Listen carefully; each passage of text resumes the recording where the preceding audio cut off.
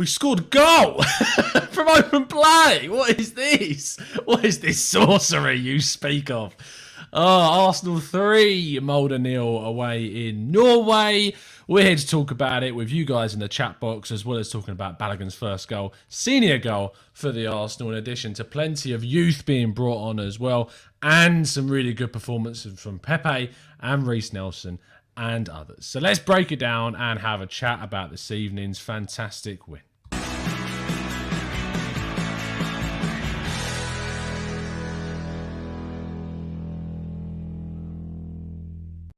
Hello and welcome to the Gooner Talk, back again with you guys for another Balogun again for you guys for another show, for another episode of our Raw Reaction series, show in which we react to the latest Arsenal matches, news, etc, and always straight after every single Arsenal game. I'm joined by my wonderful chat box. I was about to point to this way, but actually, if they're on my screen, you're over here. Thank you so much for tuning in, people. Absolute legends, all of you. It's great, isn't it, to score goals? We've not seen goals. What is this? I've not seen that ball go in the netty thing in so long. And we saw 3 of them tonight. Really good finishes too. Really good display, you have to say. First half was not the most electrifying thing in the world, but it picked up. And the second half was a lot better. And I think that ultimately this game for me is a turning point for a couple of players. It could be a turning point in terms of how we're kind of perceiving things at the moment. It goes to show that we can ultimately score. I'm well aware of the fact that we're playing against Molde. I'm not going to lose that context, but I think it's important to look at the actual display and look at the actual performance. But before I do, and before I go into a little bit more detail, I haven't been able to do a show since the news of Diego Maradona's passing. So I just wanted to include just a little bit of a me saying rest in peace Diego, because even though I never got to actually watch you play live, you know me, everyone knows what I'm like. I love going back in time and looking at things that happened previously, and the more you watched and the more we watched Diego Maradona play, the more you get convinced that he ultimately was the best footballer ever. I love the term a flawed genius, because whilst you can be perfect on the pitch, it may not translate to the rest of your life. But I think that ultimately no human is perfect, and it's great to appreciate the amazing things that they did on a football pitch. So RIP Diego Maradona, and thank you for everything. The football, the comedy, some of the things that were said in press conferences as well were fantastic. So you will never be forgotten. I have a feeling that this match may eventually get forgotten in the annals of Arsenal's history, but we're here to talk about it and to get your thoughts in our chat box as well. So let's get your initial reaction to the game. Let's scroll right up to the top and see what you guys are saying. Up the Arsenal, says Lewis. We have a bright future, says Suraj. Much better, says Joseph. Javier says good energy out there. That's more like it, says Matt. Emil Smith Rowe is finally back, says Arjit. No Sleep 09 says finally got to see Mainsley in midfield for a bit. Balogun, says Christopher Fung. Flo says Yodic. Hayland FC, says Alfie. Nketiah out, Balogun in, says JD. We're already throwing players under the bus. That's what we love to do as Arsenal fans, isn't it? We just love to find somewhere to throw a player under the bus in some way. But ultimately, coming away with 3 points in this game, I'm pretty sure that pretty much guarantees us qualification for next round, as if it was ever in doubt, which is great because it means that the games against Dundalk and against Rapid, we can play a lot more youth as well, which I'm looking forward to. Of course, we've got to travel to Ireland, and then we've got the home game against Rapid Vienna. So 2 nice trips, because Dundalk is obviously only over in Ireland. Not too much of a trip compared to obviously the Norwegian distance. Although thinking about it, Norway's not too far away, I suppose. It's just a very different climate to what we're used to here down in the south of England. Now, let's look at some individual performances. Chat box, tell me who your man of the match was specifically. I want to know reasons as for why as well. Tell me who was your man of the match. Who are you going for? For me, I can't really go too much past Pepe today, which is great, because we knew what the reaction to ultimately his horrific decision-making processes that went on at Leeds, that he was going to be playing the full 90 and probably most of, if not all of, these subsequent Europa League ties, which is fine. it gives him that opportunity to kind of get out of that Premier League limelight, give him that time to just take a break from that side of things, which is a bit crap because it means obviously we can't play him when he might be just turning a corner.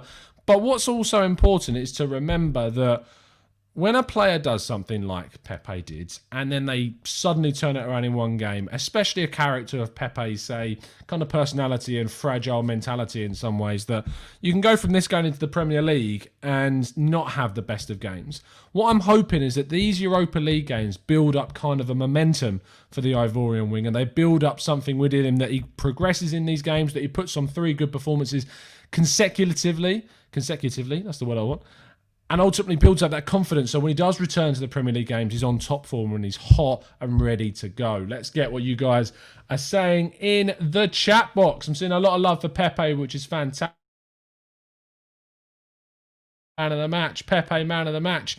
Rydog says Pepe was the danger man all game. Pepe masterclass from Dario G. Abe says Pepe, he was correct in chances and scored the first goal. Kian says Pepe or Nelson for me, very good games. Pepe looked like he had a point to prove, says Richie. Runner says 1HP. He did okay. He had a bit of a mad moment in the second half, but I thought he actually had a decent game. He was quite good. We were very lucky in the first half, of course, when that shot that somehow Molde didn't score came back to him. He reacted very quickly.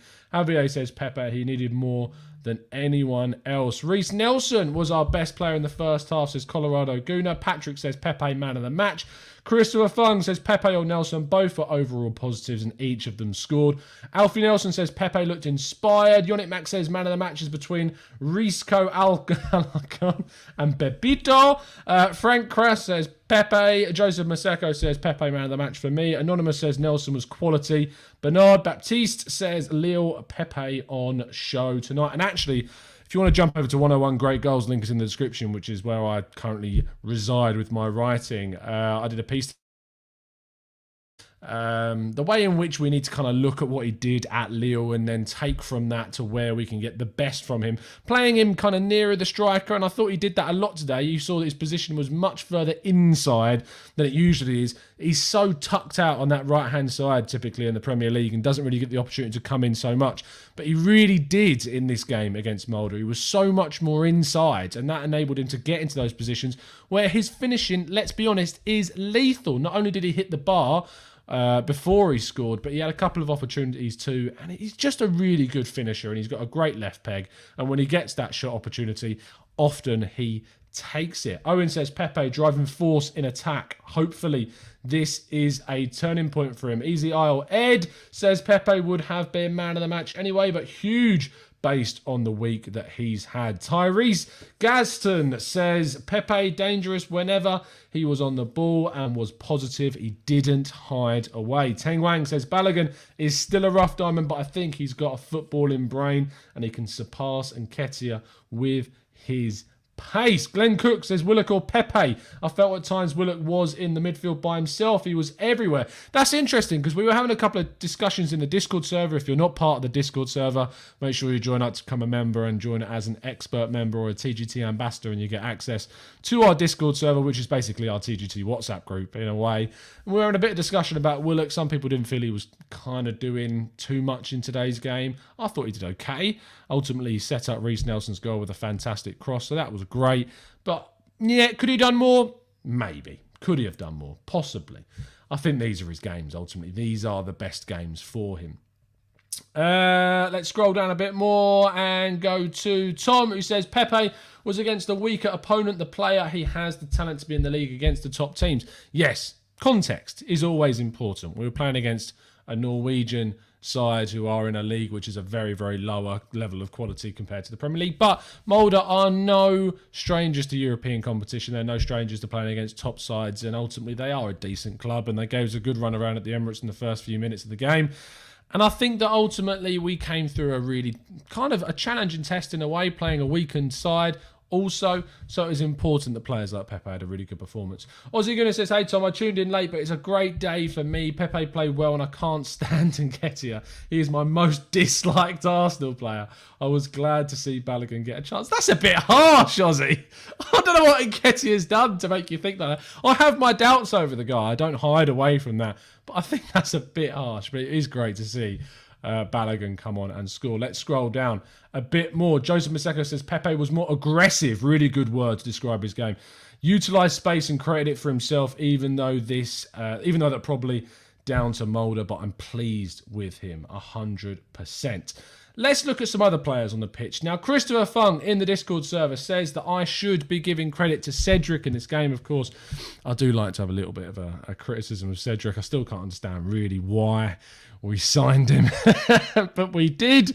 And he played well. Chris pointed out in the Discord server that he was making some very progressive passes, was moving the play forwards, was a big help for Pepe, actually. And yes, I think he had a decent game. I don't think he was amazing. He didn't stand out for me necessarily, maybe because I just wasn't specifically watching him too hard. But yeah, it's great to see him play well. Ultimately, you want to see your players do well and play well when they're on the pitch. And Cedric did that, and he's provided some good backup for us. So I don't think he was amazing. I just thought he was fairly okay. I didn't stand out for me at all. But when there's no Bellerin, I'm not surprised because, I've literally just repeated what Beast Titan said there. And Bellerin, the thing is with him is I quite enjoy watching Bellerin this season. I think that Arteta is getting him back to his best. I think we're seeing a lot more from Bellerin. I know that a lot of people don't agree with that school of thought. But I genuinely think that we are seeing Bellerin kind of slowly, gradually get back to that form that we saw him in before that horrific injury. So Cedric's got a really tough task to try and get into the first team. I can't see it happening. As Ed Easyard points out, says this is Cedric's level. Good versus the lower teams, low ceiling. He had a good day today.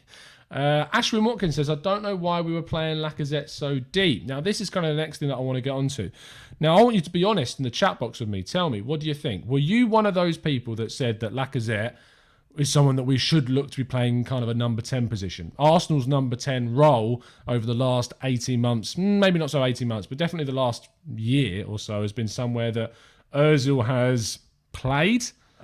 Not done amazing, hasn't had a massive influence in the game, but since he has not been included, it's been a big hole in our squad. We don't really know what to do with that position, and Lacazette was given that kind of deeper position to play by Arteta with Nketiah playing ahead of him.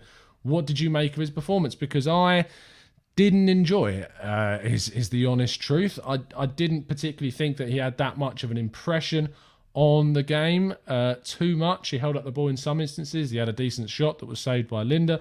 But again, wasn't creative. And I wasn't one of those people that thought he would play as a number 10. I didn't think he could do that. I always maintained that. But let me know what you think in the chat box. Let's what we're saying. Lacazette was poor again, says Rahil. I think his time at Arsenal should be up and he needs to move on. Mr. Chixby says Lacazette was useless in that game today. Suro says, I think it's a smart move. Lacazette can play there. Ryan Adams says Lacazette needs two pacey wingers to work for him like they do at Liverpool. Chris P, what is that comment? I'm not even going to highlight that. That's ridiculous. Tolu says Balogun should get a run of games and loan out Nketiah, involved more like Emile Smith-Rowe as our creative midfield, just like that Manchester City kid. Yeah, I'm interested about Balogun. I'm interested to see what he can kind of do and ultimately what... I'm really conscious of myself all of a sudden. Chris, I hate you. I think that the thing with Balogun is that he's got such a kind of difficult route into the first team. You've got Aubameyang, Lacazette, and Nketiah. Tyrese John-Jules is having a decent loan spell at Doncaster. You've got Nikolai Moller as well on the youth side coming through too. And we've got this contract situation that we need to give him minutes and we need to give him opportunities to show that there is a route into the first team. Whether or not we see it in kind of the Premier League, I don't think we will. But if Nketiah doesn't kind of get his fingers out his backside, he might actually have a route because Nketiah isn't scoring and Balogun's had one opportunity And he's taken it. And you have to also give credit to Emile Smith-Rowe, who came on, and we're all kind of really waiting for Emile Smith-Rowe to get more into the first team, get him more time in a senior level. He is someone that could be playing in that central number 10 role. He can also operate in a wide area. And he's set up Balogun for the goal, and it's great to see those two combining. It shows that there is a future at Arsenal. So there you go. There's all the hope in the world. Colin says Lacazette is a weird one, but possibly having him play deeper may help Aubameyang so he won't be as isolated. Beast Titan says if we are going to play Lacazette as a 10, we should take 70 grand off of his wages. Joseph Maseko says if Lacazette is playing at 10, he'd more or less be a hard-working defensive midfielder who wouldn't help create in that position, in my opinion. It's a fair shout. It's a fair shout. Rahil says, I think we should just play Europa League, FA Cup and the League Cup and set out the league, winning, scoring goals. Isn't it more fun watching that? Yeah, the thing is, though, last season in the Europa League, the games that we played and the struggles that we had in that competition ultimately was one of the biggest factors as to why ultimately Unai Emery did lose his job. And this is the first time since being in the competition that we've won our first 4 Europa League games. How mad is that? Like, we came into the competition and we weren't always picking up maximum points. Arsenal are putting away these lesser sides well, and they're playing well. And I think that ultimately what we saw today is a side that they gained confidence when we scored. Arsenal are massively lacking in confidence. Yes, we're right to question the manager. Yes, we're right to say that ultimately his tactics are not being good enough in a forward-thinking, tactical, and in the way of looking at it. We're not creating enough goals. That's obvious. But I also think that in terms of looking at the confidence of the team, it is rock bottom right now. It is so low. And we need players that are going to come out of the woodwork, take the games by the scruff of the neck, and push forward. Pepe had a really good performance today, and it's a shame that obviously he can't turn that around in the Premier League. But I ultimately look at him and I think that if he can build up 3 good performances in the Europa League, build up that confidence, gain that momentum, then that can push him into the Premier League squad, where he can then continue that run of form, playing closer to the centre, closer to the striker, where he's a little bit more having an emphasis on the game. And I think that's key. But ultimately, I think that we need to boost our confidence in the Premier League. We've got an opportunity against the Wolves side that are struggling to score goals themselves, but do defend well, and we need to be on it in that game. Our best players like Aubameyang need to be on it, and we need to be playing in positions. We need the best players on the pitch. We need Reece Nelson to start over Willian all day long. We need to be thinking about starting Reece Nelson over Willian, because I know that he didn't have the best of games against Leeds when he came on, but you have to think about what he's done today, and you have to give these players that have good performances routes into the first team, because otherwise, what is the point? What is the point in these players having good performances if they are not going to be rewarded for them? Nelson played out of his skin today, put a lot of effort in, and got a goal for his efforts too. And he's put a lot more effort into this game than we can say that Willian has, how I feel on that matter, over the course of this season. I don't think Willian has been... I don't think he was dreadful, say, against Leeds, but I do think that he could have shown us a lot more. And I think that Nelson has offered quite a lot in this game, and we'll need that at the weekend. I would like to see both Nelson and Saka playing opposite sides of Aubameyang with someone in the middle that can create. I would like us to play with the midfield 3 of seeing Thomas Partey come back in. Whether or not it means we put Willian into a kind of number 10 position is an option. Emile Smith-Rowe, does he come in? Maybe it's too soon for him, especially after playing so few minutes, but he's come on and he's got an assist being creative. Do you go all out in the Premier League? Do you turn around and say that, look, these young kids have come in and made an impression? Do you now use them? That is the big question that we need to answer. I'm really hoping and praying that Thomas Partey is going to be fit for the Wolves game. If he is, we've got an excellent chance of coming away with something in that match. If he isn't, I think that we will struggle to win that midfield battle, especially considering the amount of quality with Dendoncker and Neves and Moutinho that those Wolves guys have. That is ultimately something that I'm worried about, but I'm hoping that it turns around. Carl Gordon says, for those of us that actually watch Pepe pre-Arsenal, will know it's a numbers game with him. He will lose the ball a lot. However, the more he gets the ball, he will balance it with top draw moments. Beast Titan reckons that we should stick with the 4-4-2 formation, as does Samuel Gray. Tolu Nyama says, Laka needs a special psychiatrist to help him. I mean, the guy was lethal finisher. So I think it's possibly a mental thing that's maybe holding him back, possibly. Martinique says Willian can't score to save his life. Richie Hartnett reckons that we should be putting Smith Rowe into the side. Owen Young says ease up on Willian. See the size of the stake that man only had a day before Leeds. Gosh, dearie me. Great sub today by Arteta, says Chris P. I would agree, other than the fact, I don't know why you bring on Tin. I don't agree, if I'm honest. I'm going to go back on that. I don't agree with two of the substitutions. Bringing on Tierney, and now this is where I start to bring up something that I've not brought up yet. 5G or 4G, I think about 5G. 4G pitches, right, should not, at the top level, be in UEFA, FIFA, senior competitions. They cause injuries, and we've seen that. David Luiz got an injury. We don't know the extent of what the injury is right now, but they cause injuries. I can speak for it myself. I've done my knee on a 4G pitch, and I know that these, when you play on grass and you go and you transition to playing onto these 4G pitches, they have issues. So whilst I can complain all the lived on day about how I don't think that clubs should be allowed to have 4G pitches in UEFA and FIFA competitions, I don't think Arteta should have risked someone like Tierney, who we know has had injury issues in the past. And Ceballos is someone that ultimately we need to be fit and ready to start in the Premier League games, especially if Partey is not going to be fit as well. And you had the opportunity to bring someone like Miguel Aziz on or Ben Cottrell, and we saying that maybe we should have given, that we shouldn't have risked it. We're only 2-0 up. If they were to say score, then we've only been 1 goal up. I get that, but I would like to see these players given a chance.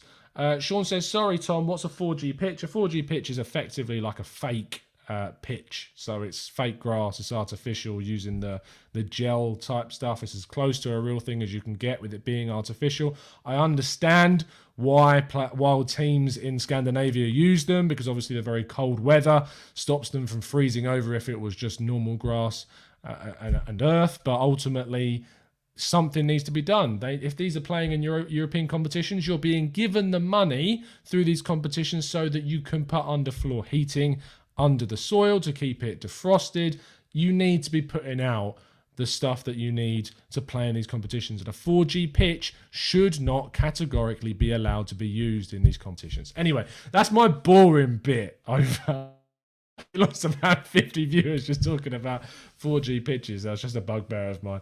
Glenn Cook says, I was seething when I saw Tierney coming on. I immediately started praying for his health. Sean Zimbiti says, oh yeah, we get those over here in Canada. Thanks, mate. No problem at all. Yoni Matt says, 4G is weird. You roll your ankle on those more than an uneven natural grass pitch. It's because there's no give. There's no give in the surface.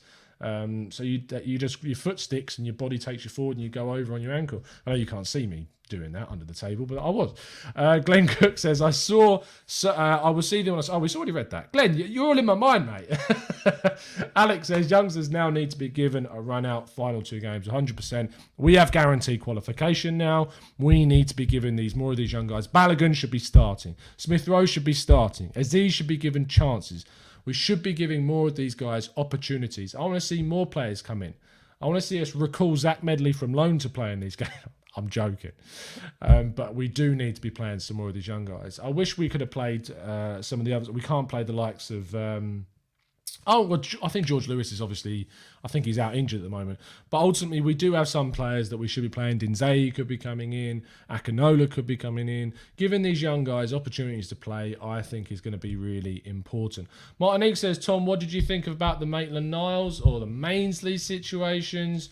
I don't think he was amazing. I don't think he put his imprint on the game, to be honest. He was playing out of position in a back 4 at left back, which doesn't really suit him. It can work in a back 3 when he plays at wing back. I don't think it really worked for him, though, to be fair. Marie and Martinelli should play for fitness. If they are indeed past fit, it is a good opportunity for those guys to play. Although I don't think that Martinelli has been included in the Europa League squad. So I'm not sure Martinelli can play, but Marie has been included. So he should be able to come in. Owen Young says, I think we should play that Ozil guy. Oh, we're pushing the boat out today. Anyway, that is where we're going to finish off today's show. Thank you so much, people, for tuning in. Make sure you hit that like button to show the appreciation that you appreciate me putting on these shows every single week.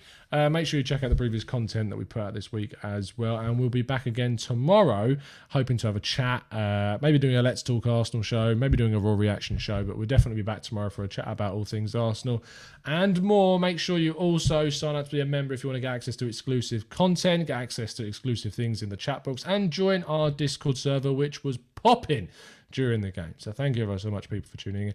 I will see you again very, very soon. And as always, up the Arsenal.